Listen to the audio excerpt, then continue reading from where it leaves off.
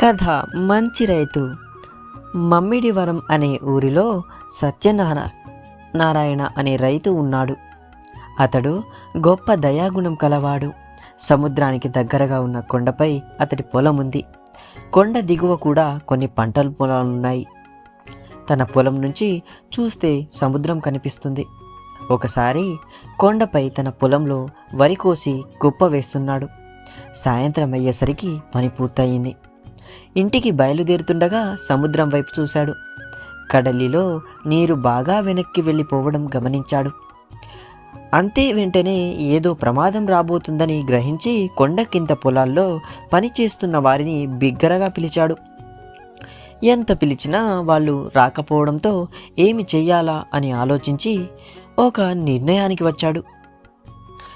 కష్టించి పండించిన తన వరి కుప్పలకు నిప్పు పెట్టాడు. అది గమనించిన చుట్టుపక్కల వాళ్ళు, కింది పొలాల వారు కొండపైకి వచ్చారు. పైకి వస్తున్న తమను సంతోషంగా చూస్తున్న సత్యనారాయణను చూసి అందరికీ ఆశ్చర్యం వేసింది. ఇంతలో సముద్రం ఉగ్ర రూపం దాల్చి రాకాసి అలలు ఎగిసిపడి కొండ కింది భాగాన్ని ముంచెత్తింది. తన పంటను నష్టపోయి మరీ తమ ప్రాణాలను కాపాడిన సత్యనారాయణకు అందరూ కృతజ్ఞతలు తెలిపారు.